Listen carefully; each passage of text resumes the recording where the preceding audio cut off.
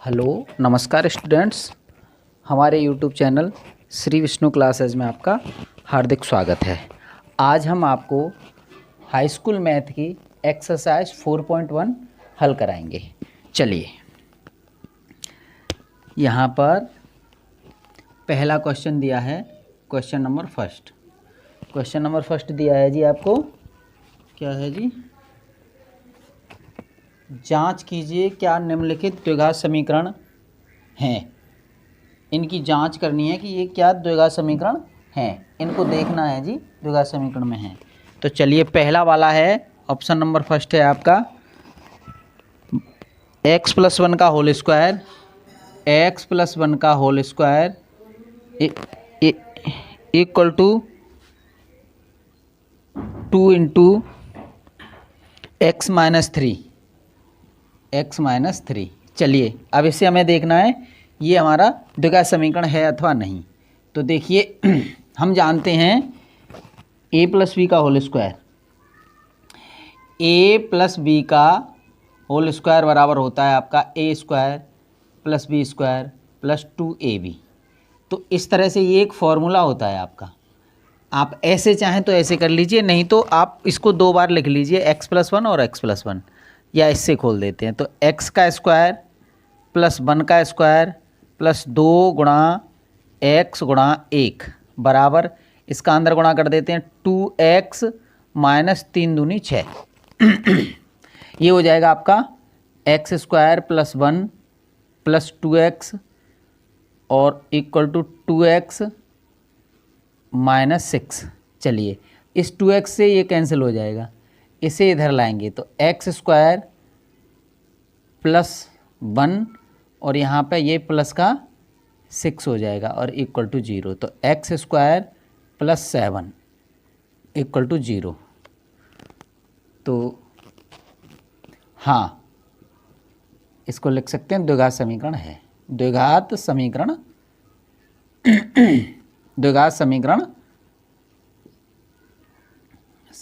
है। क्यों? क्योंकि इसकी घात 2 है, इसीलिए इसको हम द्विघात समीकरण कह सकते हैं। चलिए, सेकंड देखते हैं इसका, सेकंड क्वेश्चन। ऐसा करते हैं, साथ के साथ मिटाते चलिए इसे, है ना। मिटाइए इसे, चलिए मिटाओ। आइए साहब, अब इसका हम सेकंड पार्ट देखेंगे जी, इसी का second part, question number first का सेकंड पार्ट। ये है x² -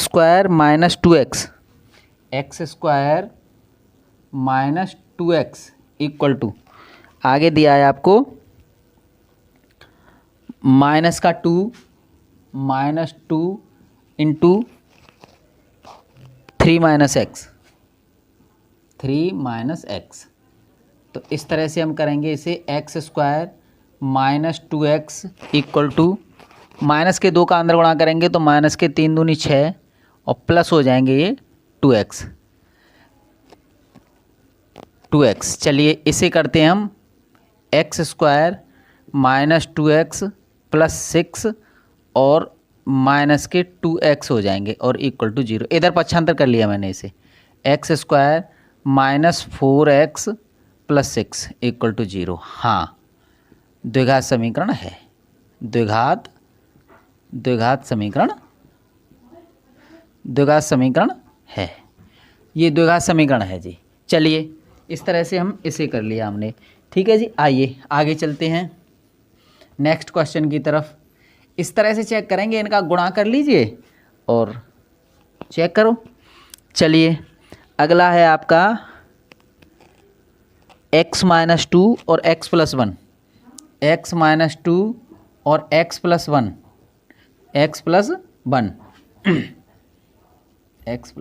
ढंग से लिख लीजिए, x + 1 ये ले लीजिए बराबर x - 1 और x + 3 इक्वल टू x - 1 और x + 3। अब इसका गुणा करते हैं, इसका ये x² हो गया, ये हो गया 2x और 1 का करेंगे तो x - 2 इक्वल टू, इसका करते हैं तो x² - x। अब 3 का करेंगे प्लस का 3x और -3। ठीक है, देखो इसका एस में गुणा, फिर इसका एस में गुणा, चिन्ह सहित करते हैं जी। एक्स स्क्वायर से एक्स स्क्वायर खत्म, ठीक है ना। अब हम इसे कैसे भी हल कर लें, जब घात जब खत्म है तो ये द्विघात समीकरण हो ही नहीं सकता, दो घात खत्म है तो, ठीक है ना। पर लेकिन कर लीजिए, हल कर लीजिए। ये हो गया माइनस का एक्स और -2 और माइनस ये प्लस का ये कर लीजिए, ये 2x -3 इधर ले लीजिए, माइनस का x और -2 और -2x और प्लस का 3 = 0। ये और ये माइनस के 3x और प्लस का 1 हो जाएगा, ये यहाँ से नहीं, द्विघात समीकरण नहीं है, द्विघात समीकरण नहीं है, नहीं है, क्योंकि जहाँ पे x की घात 2 होती है वो होता है द्विघात समीकरण, और ये जो है बन ही नहीं रहा है, तो इसीलिए ये द्विघात समीकरण नहीं है। अच्छा जी, चलिए अगला क्वेश्चन देखते हैं साहब, अगला क्वेश्चन देखते हैं जी। चलिए अगला ऑप्शन है इसका चौथा ऑप्शन है। चौथे ऑप्शन में देते हैं जी x - 3 और 2x + 1, x - 3 और यहाँ लिख लेंगे 2x + 1, 2x + 1 equal to 2x + 1, 2x + 1, ऐसे करो ना।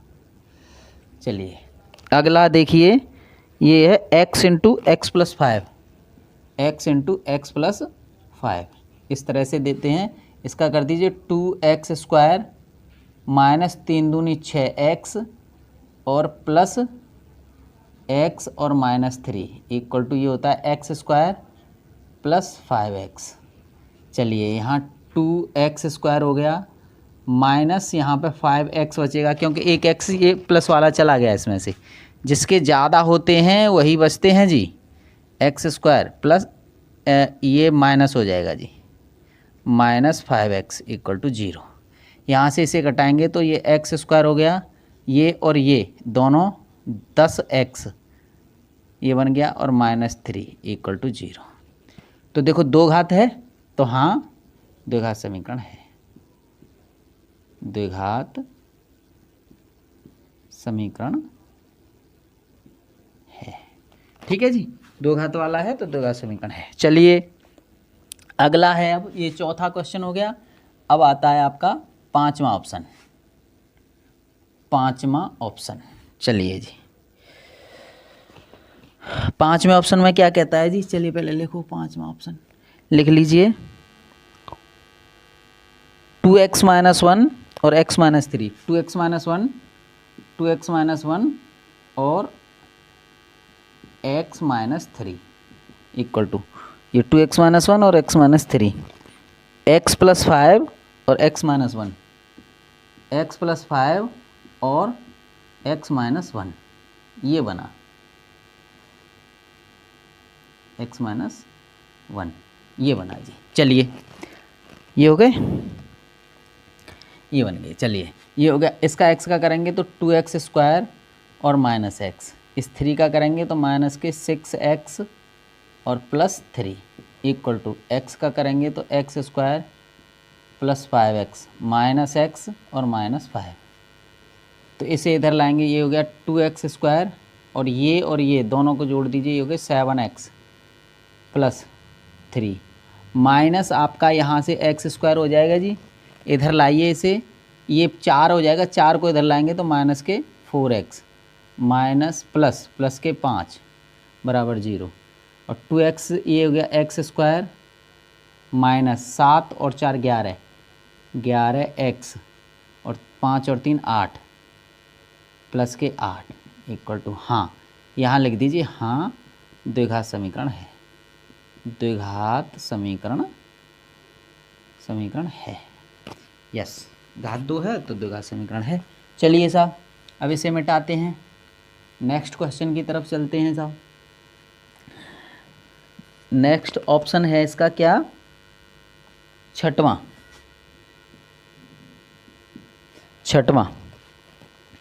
ये है आपका x² + 3x + 1, x² + 3x + 1 equal to, यहाँ पे आगे दिया है आपको x माइनस टू का whole square, x minus two का होल स्क्वायर। चलिए यहाँ एक्स स्क्वायर हो गया प्लस यहाँ 3x और plus 1 equal to x square plus 4 minus 4x a square plus b square minus 2ab।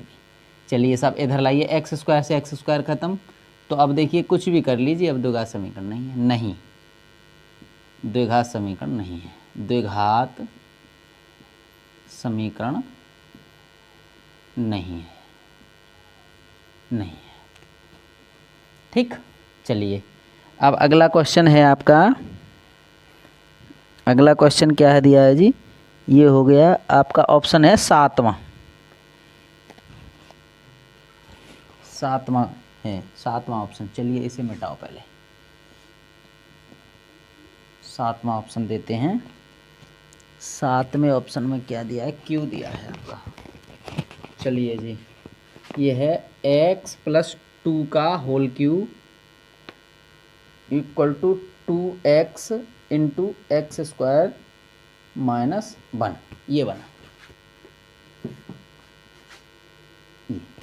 X square minus 1, ढंग से लगा दीजिए। चलो ये, चलिए अब देखिए ए क्यू और बी क्यू का फॉर्मूला होता है ये, तो ए प्लस बी का whole cube equal to a cube plus b cube plus 3ab into a plus b. तो इस तरह से इसे खोलेंगे पहले आराम से। तो देखो एक्स क्यू प्लस 2 दूनी 4 दूनी 8 प्लस 3 गुणा एक्स गुणा 2 into x plus 2 equal to, इसका अंदर गुणा करेंगे तो 2x की घात 3 और माइनस के 2x। ठीक है साहब, चलिए अब यहाँ आता है आपका x की घात 3 प्लस 8 प्लस ये हो जाएगा आपका 3 दूनी 6x, 6x का अंदर गुणा करेंगे तो 6x स्क्वायर हो जाएगा ये, और प्लस 6 दूनी 12x बराबर 2x क्यू और माइनस 2x।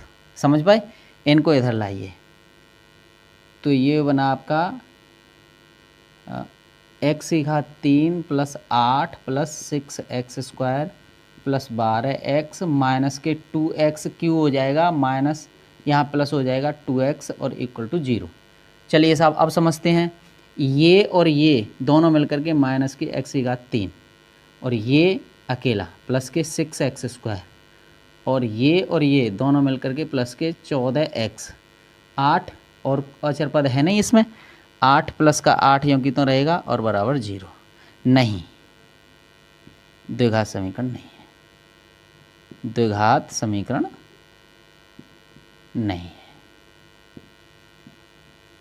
है जी। समझ पा रहे होंगे, बहुत ही आसान वे में है ये, बिल्कुल बहुत आसान तरीके से। चलिए अब मिटाते हैं इसे, अगला ऑप्शन लिखते हैं। ये नंबर नहीं डाला था भाई मैंने, देख लेना। चलिए कहाँ पलट गया, अब ये क्यू वाला हो गया था आपका। अब लास्ट पॉइंट रह गया आपका आठवां, इसका इस सवाल का आठवां ऑप्शन है और ये लास्ट है इसका इस सवाल का। तो x Q minus 4x square, x Q minus 4x square, आगे दिया है जी आपको माइनस एक्स और प्लस 1, माइनस एक्स प्लस 1 और बराबर x माइनस 1 का होल क्यू, x माइनस 2 का होल क्यू, x माइनस 2 का होल क्यू। चलिए साहब x का क्यू प्लस नहीं माइनस ही रहेगा जी, minus 4x square minus x और प्लस 1 इक्वल टू, इसे करेंगे x cube plus 8 a cube minus b cube, a cube 8 और माइनस 3 गुणा एक्स गुणा 2 अभी की तरह से x माइनस 2, इससे पहले सवाल में जो किया था। तो देखो x की घात 3 से x की घात 3 को तो ख़त्म कर दीजिए, माइनस के 4x स्क्वायर हो गए माइनस x और प्लस 1 इक्वल टू, इसे ले लेते हैं माइनस के 8 और माइनस 6x स्क्वायर और प्लस 6 दूनी 12x। अब इसे ले लीजिए इधर, माइनस के 4x स्क्वायर -x और +1 और प्लस के 8 और प्लस के 6x² हो जाएंगे और माइनस के यहाँ पे -12x हो जाएंगे जी और बराबर 0।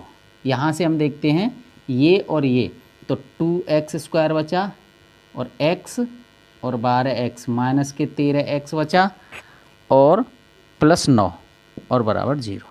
हाँ, द्विघात समीकरण है, द्विघात समीकरण है, द्विघात समीकरण है जी।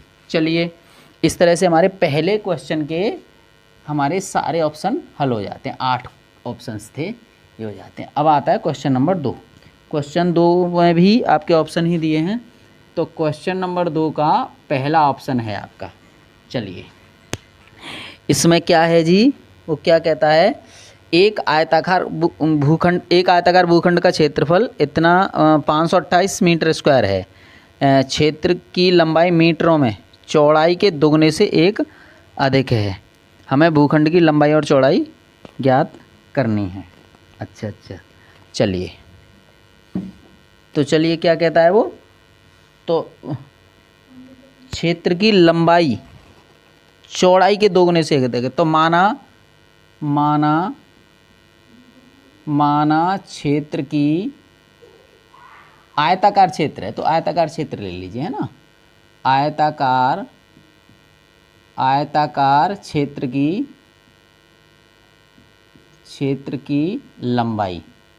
लंबाई x मीटर, ठीक है साहब।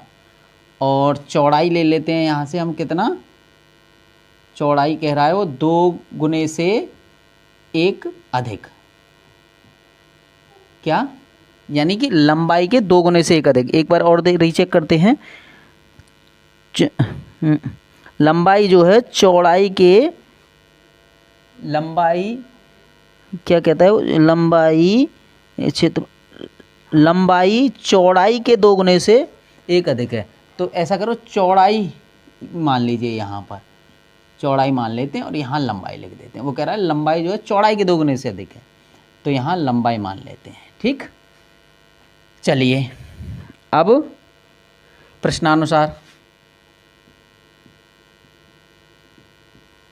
प्रश्नानुसार वो कहता है कि इन दोनों का क्षेत्रफल, यानी कि आयत का जो क्षेत्रफल है, यानी x × 2x + 1, ये बराबर है 528 के, शायद 528 वर्ग मीटर के, 528 वर्ग मीटर के। तो ये हो गया आपका 2x² + x और माइनस के 528 = 0। तो हमें इसमें ये बताना था, द्विघात समीकरणों के रूप में निरूपित कीजिए, तो हमें द्विघात समीकरण के रूप में लिख दिया और यही हमारा आंसर हो गया। द्विघात समीकरण के रूप में हो गया था, आ गया समझ में। चलिए, अब चलो इसका सेकंड ऑप्शन भी हम यहीं कर देते हैं, इसका सेकंड ऑप्शन भी यहीं कर देते हैं। वो कहता है जी, 2 क्रमागत धनात्मक पूर्णांकों का गुणनफल 306 है। हमें पूर्णांकों को ज्ञात करना है, केवल समीकरण ही बनाना है। चलिए, तो माना 2 क्रमागत धनात्मक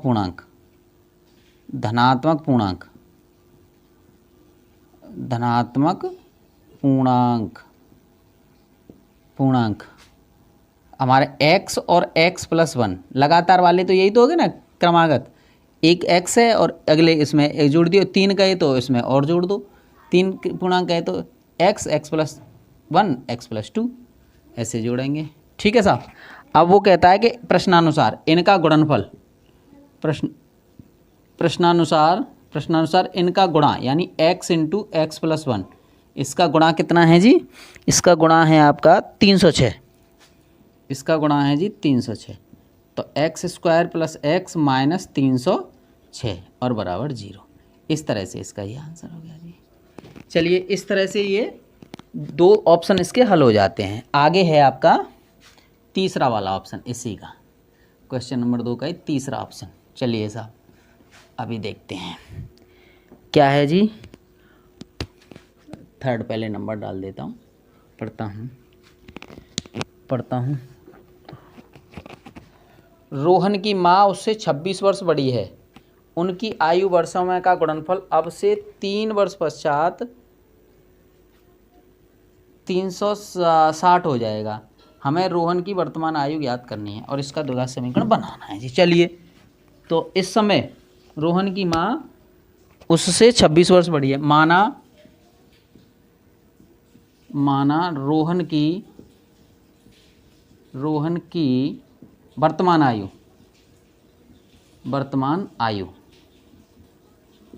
कितनी है? x वर्ष।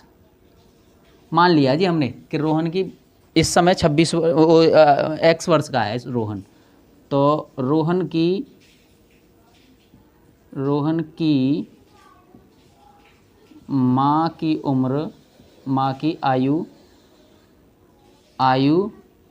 x + 26, उससे 26 वर्ष बड़ी है। तो भाई x + 26 रोहन की उम्र में ही तो जोड़ेंगे 26 साल। चलिए, अब वो क्या कहता है, उनकी आयु वर्षों का गुणनफल अब से 3 वर्ष पश्चात इतना हो जाएगा। हाँ, तो अब प्रश्न में क्या आता है वो कि 3 वर्ष बाद रोहन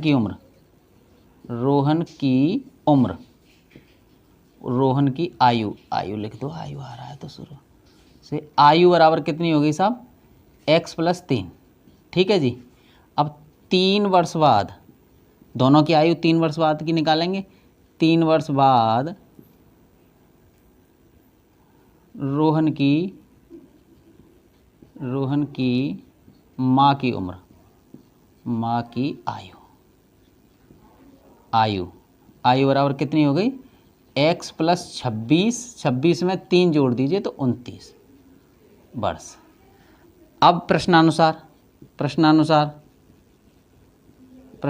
वो कहता है जी कि अगर दोनों का गुणनफल 3 वर्ष पश्चात की आयु का गुणनफल 360 है। चलिए साहब, x + 3 ये और x + 29 = कितना हो गया?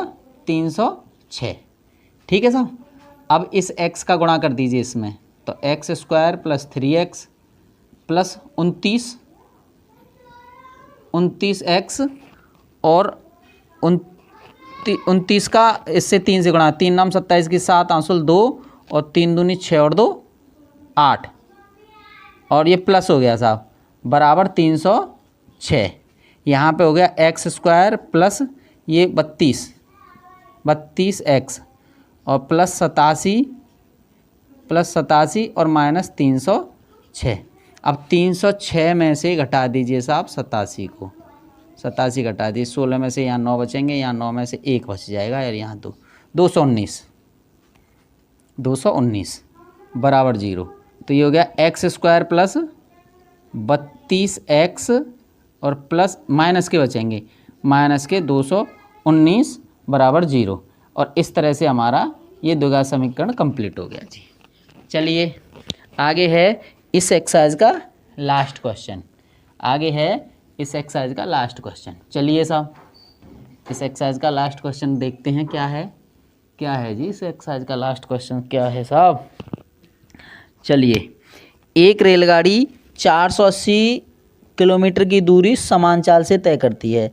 यदि इसकी चाल 8 किमी कम होती तो वह उसी दूरी को तय करने में 3 घंटे अधिक समय लेती। रेलगाड़ी की चाल ज्ञात करनी है, इसका द्विघात समीकरण बनाना है जी। तो 480 किलोमीटर की दूरी, तो माना रेलगाड़ी की चाल कम होती तो वो पहले कहलवा ये। चलिए, माना रेलगाड़ी की चाल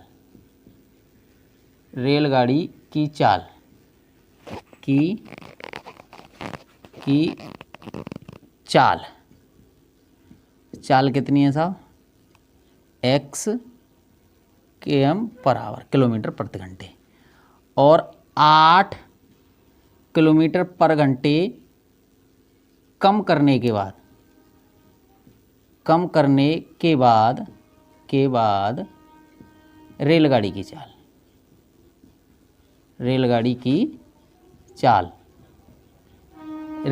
चाल रेलगाड़ी की चाल कितनी होगी साहब, x में से 8 कम कर दीजिए, इतने किलोमीटर प्रति घंटे, ये बनी साहब। चलिए अब वो क्या कहता है प्रश्नानुसार, तो जो है समय x के किलोमीटर पर आवर की चाल से 480 किलोमीटर की दूरी तय करने में रेलगाड़ी को लगा समय,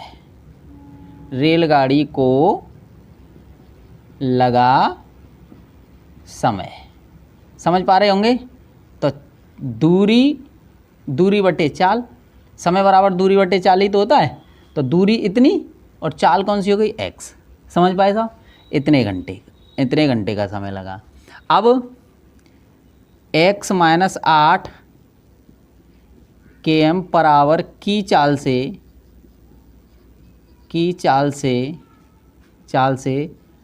480 किलोमीटर की दूरी तय करने में रेलगाड़ी को लगा समय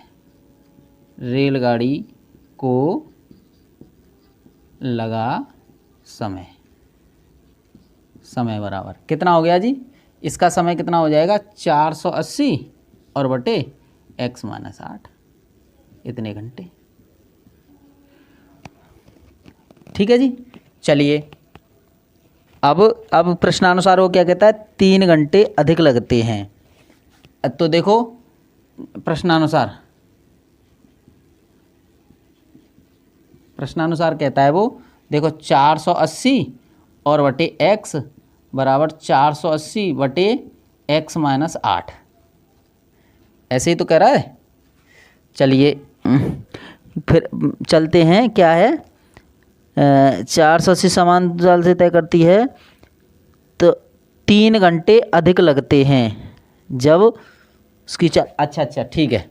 तो ऐसा करिए, इसे आगे लिखते हैं 480 x - 8 माइनस 480 और बटे x और बराबर 3 घंटे अधिक लग रहे हैं भाई। इसे 3 घंटे जब अधिक लगेंगे, क्योंकि ये इसकी स्पीड कम है तो इसे 3 घंटे ज़्यादा लगेंगे तो फिर हम इसे इधर लाएंगे तो ये जो है ऐसे हो जाएगा। चलिए अब x × x - 8 और बटे ये हो जाएगा आपका 480 x माइनस 480 × x - 8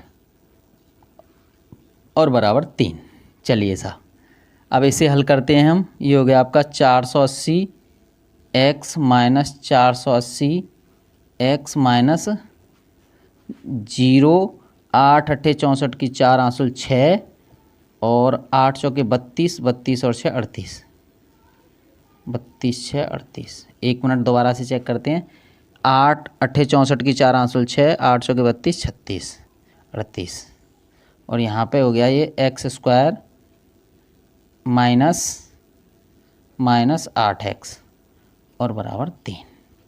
ये और ये तो ख़त्म होना है जी। चलिए अब आ जाइए यहाँ करते हैं साहब। ये बना आपका 3x² माइनस 8 दिया 24x और बराबर माइनस के ये 8 4 0 बराबर 0। अब आप देखो 3 से ये कट रही है, 3 से 3 एकम 3, 3 से 3 से कट रही है, 3 ले लीजिए इसमें से बाहर। तो x² माइनस 8x और माइनस 3 एकम 3, 3 दूनी 6, 3 अट्ठे 24 और 0 और बराबर 0। ये हो गया आपका x² माइनस 8x माइनस 1280 बराबर 0। तो इस प्रकार ये एक द्विघात समीकरण बन गया जी। और इस तरह से आपकी ये एक एक्सरसाइज कंप्लीट होती है। यदि आपको हमारा पढ़ाना और समझाना अगर समझ में आता है तो हमें लाइक और सब्सक्राइब करें और आगे बढ़ने के लिए हमें प्रेरित करें। धन्यवाद।